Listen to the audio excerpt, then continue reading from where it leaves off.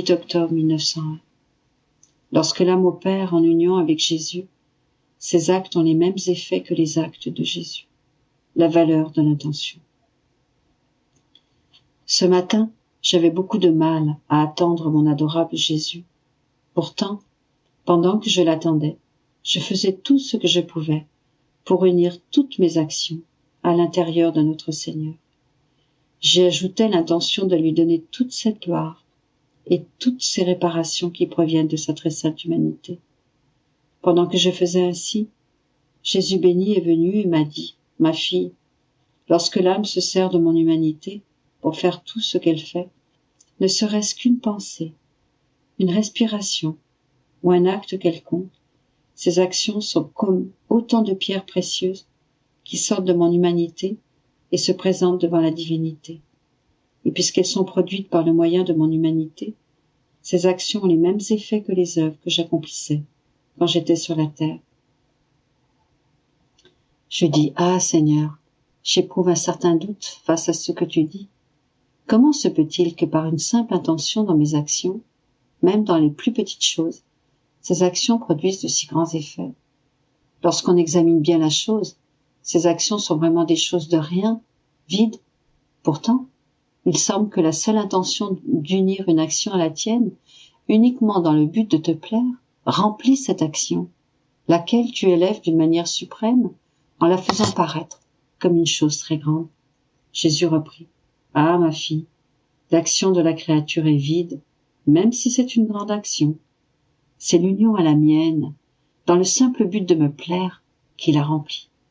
Et puisqu'une action faite par moi, ne serait-ce qu'une respiration, dépasse d'une façon infinie toutes les actions des créatures mises ensemble, voilà la raison qui rend cette action si grande. D'ailleurs, ne sais-tu pas que celui qui se sert de mon humanité pour opérer ses actions se nourrit des fruits de ma propre humanité et s'alimente de ma propre nourriture? Ne sais-tu pas également que c'est la bonne intention qui fait de l'homme un saint et la mauvaise intention qui fait de lui un méchant? Les hommes font souvent les mêmes actions, et par ces actions, l'un se sanctifie et l'autre se pervertit. Pendant qu'il disait cela, je voyais à l'intérieur de notre Seigneur un arbre verdoyant, plein de beaux fruits, et ces âmes qui opéraient pour plaire uniquement à Dieu, par le moyen de son humanité, je les voyais sur cet arbre, à l'intérieur de Jésus. L'humanité de Jésus leur servait de demeure, cependant, comme leur nombre était petit.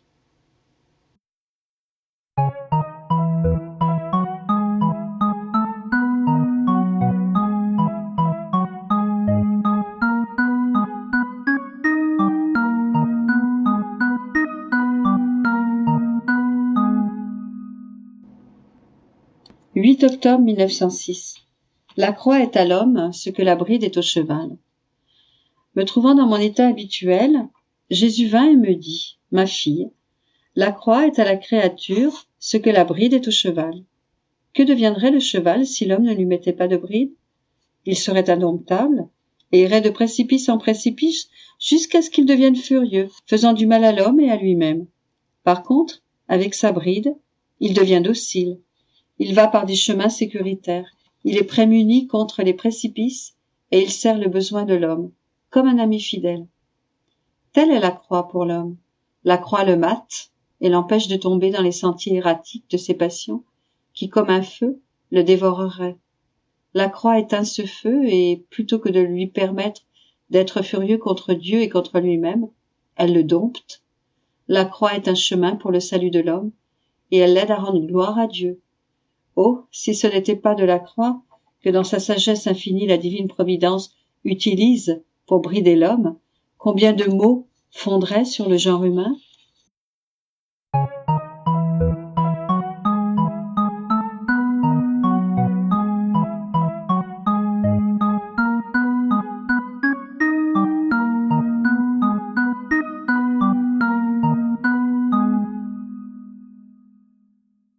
« 8 octobre 1911. Les amertumes que l'Italie a données à Jésus. En continuant dans mon état habituel, j'ai très brièvement vu mon adorable Jésus. Il était tellement affligé à en faire pleurer les roches. Il m'a fait voir des villes assiégées et des peuples étrangers qui voulaient envahir l'Italie. Tous émettaient des cris de douleur et de peur. Certains se cachaient. Tout affligé, Jésus me dit, « Ma fille, quel triste temps, pauvre Italie.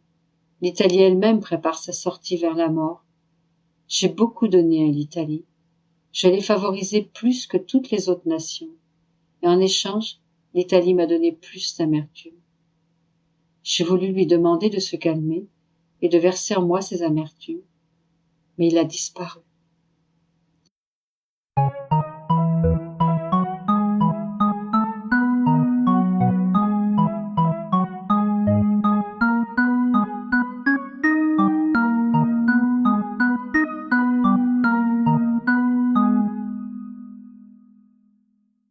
8 octobre 1917.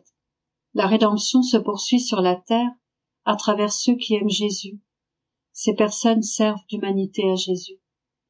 Pendant que j'étais dans mon état habituel et que je souffrais beaucoup, mon aimable Jésus vint et me dit, « Ma fille, tout ce que j'ai fait est éternel.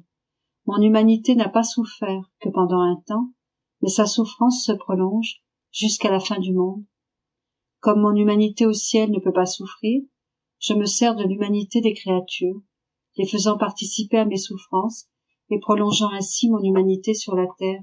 Et cela, je le fais avec justice, car lorsque j'étais sur la terre, j'incorporais en moi-même les humanités de toutes les créatures, dans le but de les garder en sécurité et de tout faire pour elles. Maintenant que je suis au ciel, je diffuse dans les créatures mon humanité, mes souffrances, et tout ce que mon humanité a fait pour le bien des âmes égarées. Je le fais spécialement dans les âmes qui m'aiment, afin de pouvoir dire au Père, « Mon humanité est au ciel et aussi sur la terre, dans les âmes qui m'aiment et qui souffrent. » Ainsi, à cause des âmes qui m'aiment et qui se substituent à moi, ma satisfaction est complète, mes souffrances sont toujours actives. Console-toi donc quand tu souffres, parce que tu reçois l'honneur de te substituer à moi. «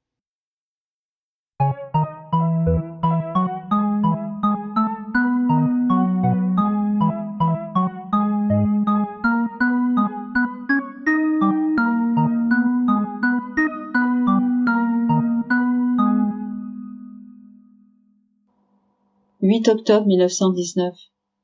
Fruit de la confiance en Jésus. Poursuivant dans mon état habituel de souffrance et de privation, je passais mon temps avec mon doux Jésus, complètement abandonnée à lui et presque silencieuse, comme un petit enfant. Se montrant en mon intérieur, il me dit, « Ma fille, la confiance en moi est comme un nuage de lumière dans lequel l'âme reste si bien enveloppée que toute crainte, tout doute et toute faiblesse ont disparu. Cette confiance remplit l'âme d'un pur amour et la rend si osée qu'elle s'attache à mon sein et s'abreuve de mon lait. Elle ne veut plus d'autre nourriture. Si rien ne vient de mon sein, ce que je permets pour que la confiance augmente au maximum, l'âme ne se décourage pas. Au contraire, elle s'acharne, frappe sa tête contre ma poitrine, alors que je souris intérieurement et la laisse faire. L'âme confiante est mon sourire et mon amusement. Celui qui a confiance en moi m'aime et croit que je suis riche, puissant et grand. Par contre, celui qui n'a pas confiance en moi ne m'aime pas vraiment. Il me déshonore et croit que je suis pauvre, faible et petit. Quel affront il me fait!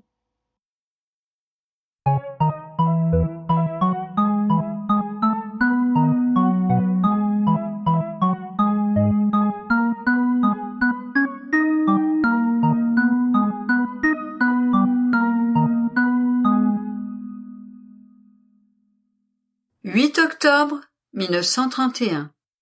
La divine volonté, dépositaire de tous les actes, de tous les saints. Comment Dieu et la créature se donnent la main. Ce que sont les actes perdus du dessein de notre Créateur. Mon pauvre esprit tourne autour du soleil du fiat suprême et je le trouve entouré par toutes les œuvres, les sacrifices, les souffrances et les héroïsmes accomplis par les anciens et les nouveaux saints. ceux de la Reine du ciel, et aussi ceux qui ont été accomplis pour l'amour de notre bienheureux Jésus.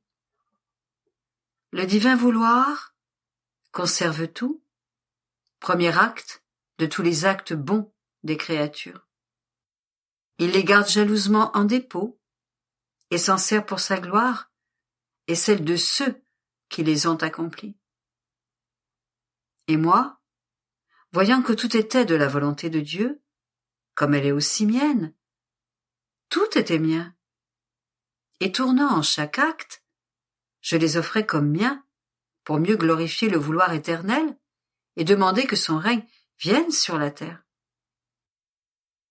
Je faisais cela lorsque mon aimable Jésus me surprit et me dit « Ma fille, écoute l'admirable secret de mon vouloir.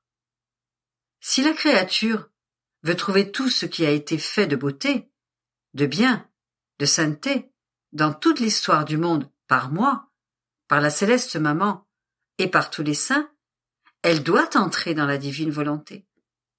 C'est en elle qu'on retrouve tous les actes. En reconnaissant chaque acte, tu l'as rappelé, tu l'as offert, et ainsi les saints qui ont accompli cet acte, ce sacrifice, se sont sentis appelés par l'âme et ont vu leur acte palpiter à nouveau sur la terre. La gloire, pour leur Créateur et pour eux-mêmes, en est redoublée. Et toi qui as offert cet acte, tu es recouverte par la rosée céleste du bien de ce saint acte. Et selon la noblesse et la hauteur du dessein avec lequel il a été offert, plus intense et plus grand sont la gloire et le bien qu'il produit. Combien de richesses possède ma volonté. En elle sont tous mes actes, ceux de la Reine souveraine, qui tous attendent d'être appelés et offerts par la créature afin d'en redoubler les bienfaits pour les créatures et nous rendre une double gloire. Ces actes veulent être rappelés pour palpiter d'une vie nouvelle au sein des créatures.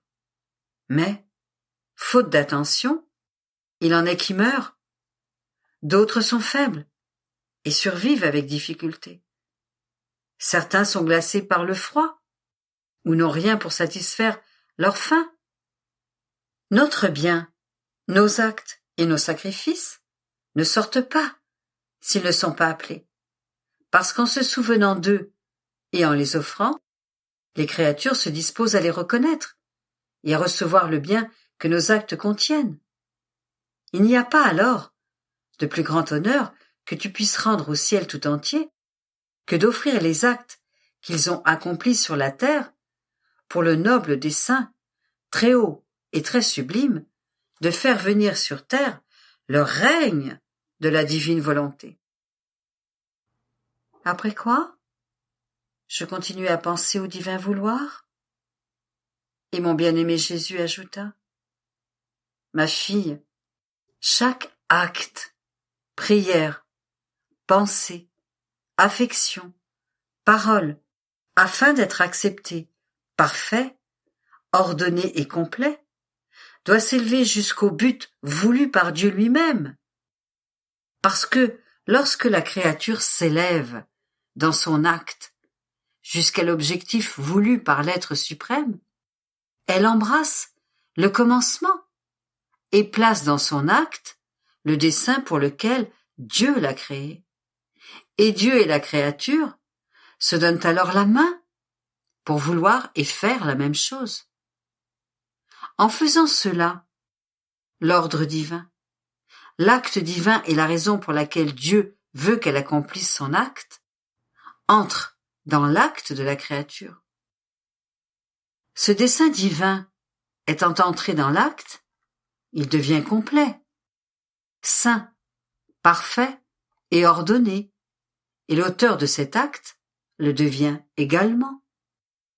Par contre, si la créature ne s'élève pas jusqu'au but voulu par Dieu dans son acte, elle descend jusqu'au commencement de sa création et ne sentira pas la vie de l'acte divin en elle.